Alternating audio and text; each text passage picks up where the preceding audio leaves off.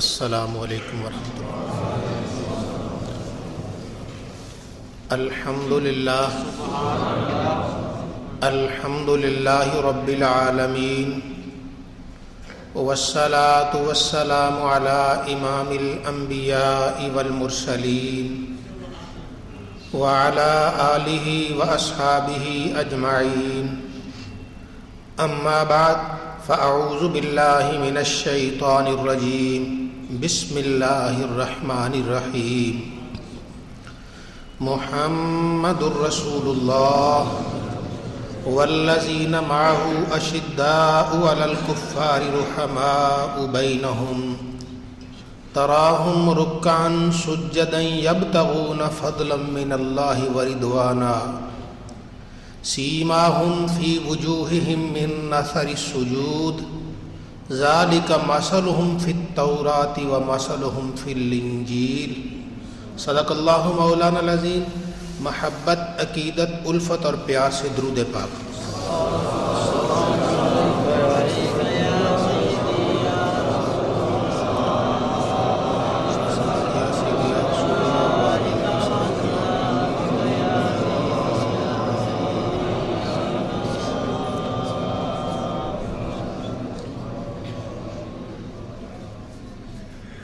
اس ماہ اسلامی ماہ کے جمادی ثانی میں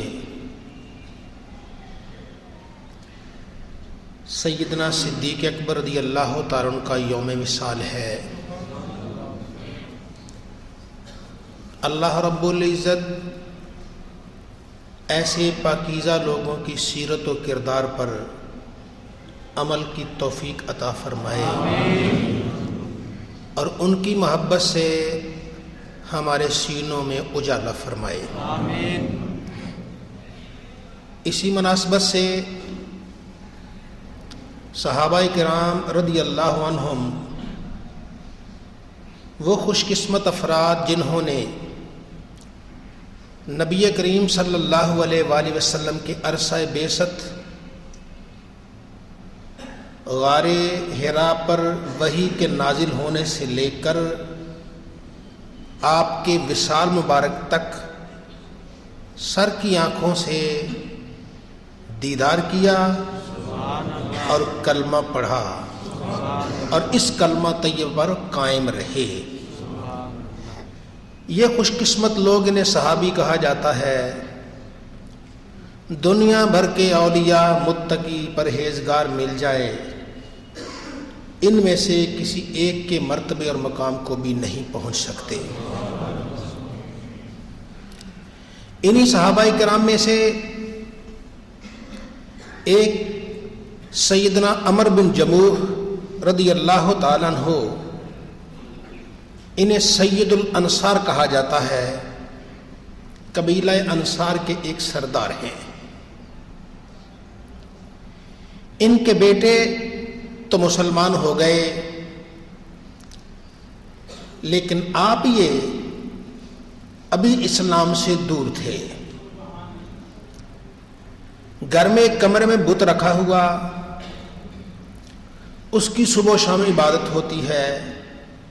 لکڑی کا بنا ہوا بت، اس کے سامنے ماتھا ٹیکا جا رہا ہے، اسی سے جو کرنا ہے کر رہے ہیں۔ اولاد نے سمجھایا، اہلیہ نے سمجھایا۔ اولاد کہنے لگی، ابا یہ کس فضول چیز کی عبادت کر رہے ہو؟ تو ابا کہتا ہے، تم جو کرنا ہے کرو، میں تمہیں نہیں روکتا، لیکن میں بوڑھا ہو گیا ہوں، اسی کی عبادت کرتا رہا ہوں، تو مجھے جانے دو، مجھے معاف رکھو۔ لیکن بیٹے اپنے باپ کو جہنم کی آگ میں جلتا نہیں دیکھنا چاہتے تھے۔ ان کی کوشش تھی کہ ابا کو کسی نہ کسی طریقے سے اسلام کی آغوش میں لے آئے۔ انہیں پھر آخر ایک ترکیب سوجی۔ رات کو جب ابا سو جاتے، وہ لکڑی کا بت اٹھاتے، کہیں پھینک آتے، جب وہ دور پھینک دیتے کہیں، یہ صبح کو اٹھتے، بت نہ پاتے تو چلے جاتے تلاش کے لیے، کہیں نہ کہیں مل جاتا، اسے صاف کرتے، خوشبو لگاتے، پھر رکھ دیتے. روزانہ ہی ایسے ہونے لگ گیا. پھر ایک دن کہنے لگے مجھے پتہ نہیں چلتا تیرے ساتھ کیا کوئی بے حرمتی کرتا ہے، مجھے پتہ چلے تو میں اس کو یہ سزا دوں. سخت کلمے کہہ دیے. لیکن بیٹے پھر اسی طرح اس بت کو پھینکاتے تھے. یہ بھی تنگ آ گئے. ایک دن کہنے لگا تو میرا خدا تو ہے، میں تیری روز حفاظت کر کر کے تنگ آ گیا ہوں. تلوار لی اس کے گلے میں ڈال دی. کہنے کہ اب تو خود اپنی حفاظت کر لے، مجھ سے نہیں ہوتی، میں روز بوڑھا ہو گیا ہوں، مجھ سے تو حفاظت نہیں ہوتی. جو ہے اس کا سر اڑا دے چاہے میرا بیٹا ہی کیوں نہ ہو. تلوار اس کے گلے میں ڈال دی. اب بچے منصوبے پر رات کے وقت آئے، گلے میں تلوار دیکھی، ہنس دیے. کہنے کہ ابا بھی عجب ہے بھائی. تلوار تو انہوں نے سنبھال لی. کتا وہ بت پھینکنے لگے تو ایک جگہ غلاظت پر کتا مرا پڑا تھا. انہوں نے رسی لی، رسی کا ایک سرا اس کے گلے پہ باندھ دیا اور دوسرا سر مردے کتے پہ گلے پہ ڈال دیا، اور گڑا تھا جس میں غلاظت تھی تو اس بت کو اس گڑے میں پھینک دیا. اب لٹک رہا ہے، ادھر کتے کے گلے میں ہے، اس کے بھی گلے میں لکڑی کا ہے، وہ اس غلاظت میں لٹک رہا ہے. یہ صبح اٹھے، بڑے سٹپٹائے کہ آج پھر بھاگ گیا، پھر کوئی سے اٹھا کے لے گیا. تلاش کرتے کرتے جب وہ اس کنویں پہ پڑے، دیکھا کہ یہ بت ہے اور مردہ کتا ہے، ایک ہی رسی سے بندھے ہوئے ہیں. دل میں نفرت سی پیدا ہوئی. کہنے لگے سچی بات تو یہ ہے، اگر تو خدا ہوتا تو مردہ کتے کے ساتھ کبھی نہ بندھا ہوتا، مردہ کتے کے ساتھ کبھی نہ بندھا ہوتا. پریشانی کے عالم میں واپس آ رہے تھے کہ رستے میں ایک مسلمان مل گیا. کہنے کا چچا خیریت تو ہے، پریشان ہو؟ کہنے کا کیا بتاؤں، میرا ایسا ہی بت تھا، وہ کتے کے ساتھ بندھا ہوا تو میری طبیعت خراب ہو گئی. کہنے کا لعنت بھیجو اس بت پر، یہ تم نے کس کو خدا بنائی؟ کچھ نہیں کر سکتے. کہنے کہ واقعی کچھ نہیں کر سکتے؟ ابھی کچھ کر سکتے ہوتے تو غلاظت میں کیوں بندھا ہوتا؟ یہ کچھ نہیں کر سکتے. تیرا اور میرا سب کا خالق وہ ہے جس نے زمین و آسمان کو پیدا فرمایا. اسی وقت گھر آئے، بیٹوں نے انہیں سمجھایا. بیٹوں کی موجودگی میں کہتے ہیں لا الہ الا اللہ محمد رسول اللہ. اللہ کی مہربانی سے، نبی کریم صلی اللہ علیہ وسلم کی نظر رحمت سے، ان بچوں کی کوششوں سے اللہ نے انہیں اسلام کی دولت سے مالا مال کر دیا. مسلمان ہو گئے. اب سارا گھرانہ مسلمان ہے. صبح سے لے کر شام تک اسلام کا ہی ورد ہوتا ہے. نبی رحمت صلی اللہ علیہ وآلہ وسلم آپ کا ذکر خیر ہوتا ہے. پھر وہ بابرکت گھڑی بھی آ گئی جب اللہ کے نبی صلی اللہ علیہ وسلم مکہ چھوڑ کے مدینہ طیبہ آ گئے. پھر یہ سلسلہ بڑھتا گیا. اب روزانہ زیارت بھی کرتے ہیں. دل کو ایک سکون ہے، ایک چین ہے. غزوہ بدر ہو گیا، بدر کی لڑائی ہوئی.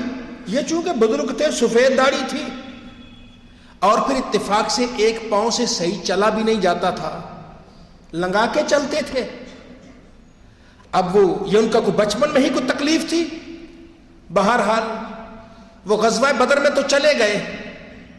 جب غزوہ بدر سے واپس آئے، قرآنی آیات کا نزول ہوا کہ جو لوگ اللہ کے راستے میں شہید ہو جاتے ہیں وہ مردہ نہیں ہے بلکہ وہ زندہ ہے.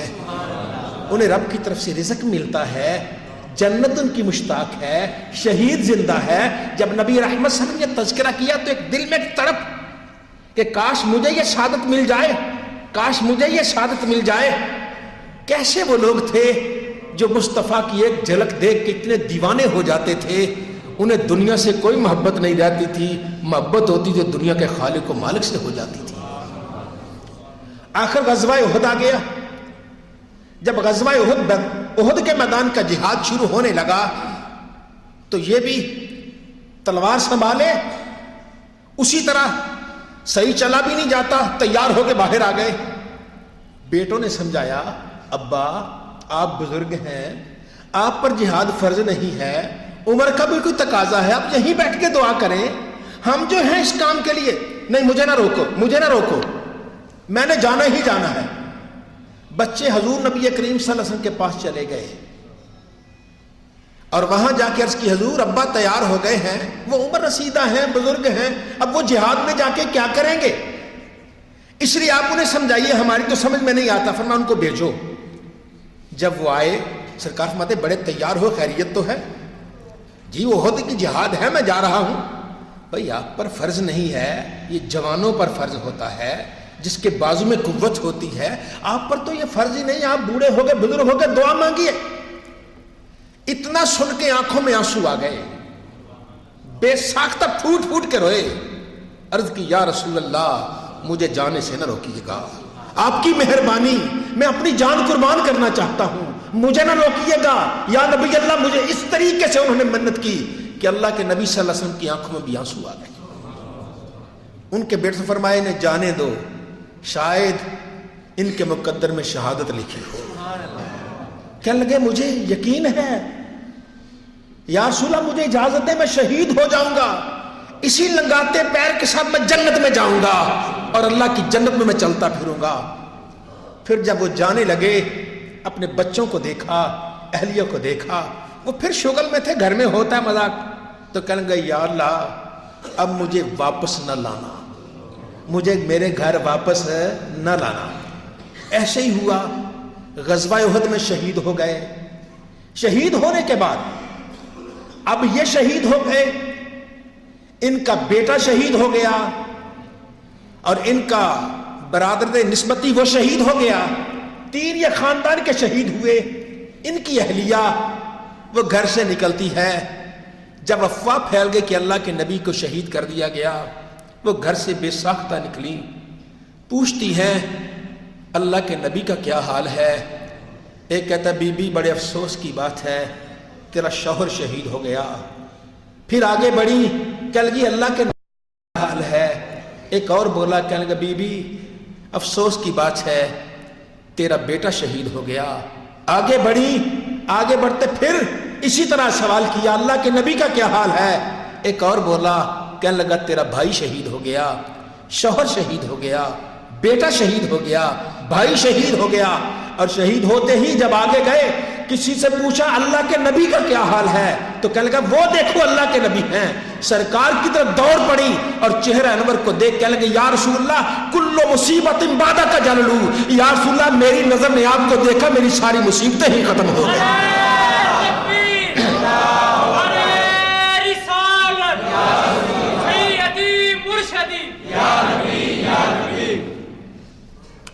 یہ وہ لوگ ہیں کہ جنہوں نے اپنی جانیں قربان کر کے ہمارے دین کو بچایا، دین کی آبیاری کی، انہوں نے اپنا خون ڈال کے اس کی آبیاری کی۔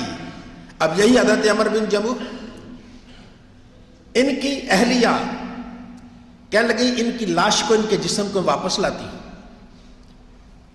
اونٹ پہ رکھا، اونٹ پہ رکھ کے واپس لانے لگی، جب ادھر رخ کریں گھر کی طرف اونٹ بیٹھ جائے، جب دوسری طرف رخ کرے اونٹ چل پڑے۔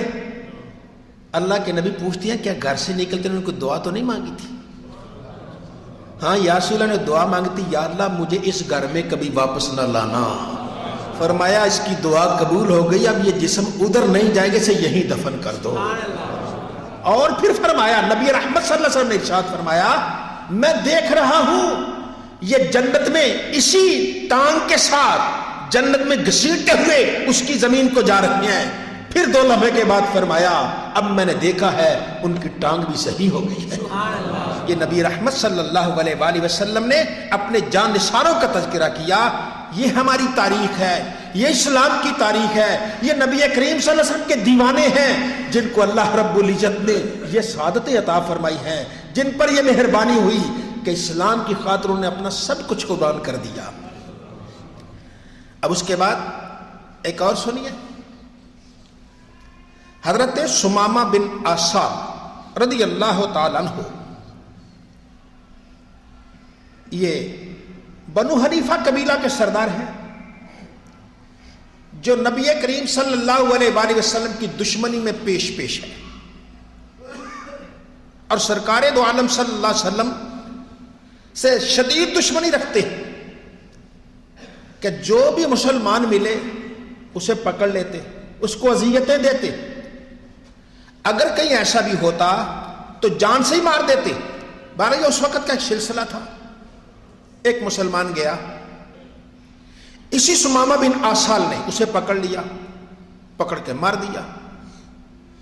پھر اتنا دلیر اور جری تھا کہ نبی کریم صلی اللہ علیہ وآلہ وسلم کو شہید کرنے کے منصوبے بنانے لگا۔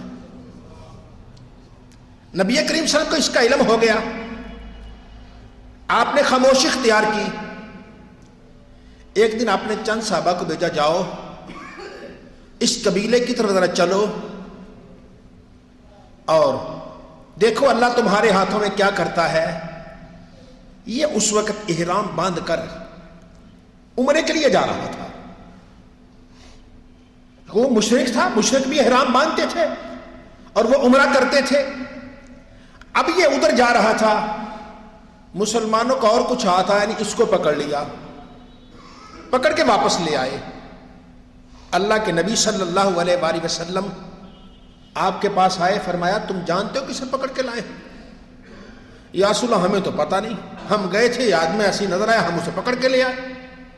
فرمایا یہ اپنے قبیلہ بنو حنیفہ کا سردار ہے، اس کا نام سمامہ بن آسال ہے، یہ بڑا سخت دشمن ہے، اس کے ہاتھ خون سے رنگین ہیں۔ اسے کہا تیرے ساتھ کیا سلوک کریں؟ بولو تیرے ساتھ کیا سلوک کریں؟ تو نے بڑے بڑے جرم کیے، بڑی بڑی زیادتیاں کی۔ کہنے لگا اگر مارو گے تو مباح الدم کو مارو گے، یعنی اگر مجھے قتل کر دو گے تو ٹھیک قتل کرو گے، میں نے جرم کیے ہیں، لیکن اگر مجھے چھوڑ دو تو پھر بولو تمہیں کیا چاہیے، کتنا غلہ چاہیے؟ میرا علاقہ غلے سے بھرپور ہے، مدینہ کو غلے سے بھر دوں گا، مجھے چھوڑ دو، بتاؤ تمہیں کتنا سونا چاندی چاہیے، میں سونا چاندی لا کے رکھ دیتا ہوں، مجھے چھوڑ دو، تمہیں بتاؤ کیا دولت چاہیے، میں دولت بھی لا کے دیتا ہوں۔ یہ آپ سے بات کرنے لگا، آپ نے فرمایا اس کو مسجد نبوی کے ستون سے باندھ دو۔ مسجد نبوی کے ستون سے باندھ دیا گیا، رسیوں سے باندھ دیا۔ صحابہ آتے ہیں، نماز پڑھتے ہیں، یہ بنا ہوا ہے۔ اللہ کے نبی صلی اللہ علیہ وسلم نماز پڑھتے آتے ہیں، کچھ نہیں کہا۔ اگلے دن پھر نبی کریم صلی اللہ علیہ وسلم نے فرمایا او سمامہ کیا حال ہے تمہارا؟ کہنے لگا ٹھیک ہوں، تیرے ساتھ کیا سلوک کریں؟ مارنا تو بھائی مار دو، میں نے جرم کیے ہیں، تم مار سکتے ہو، اس وقت تمہارے قابو میں ہوں، لیکن چھوڑ دو گے تو فائدے میں بڑے رہو گے۔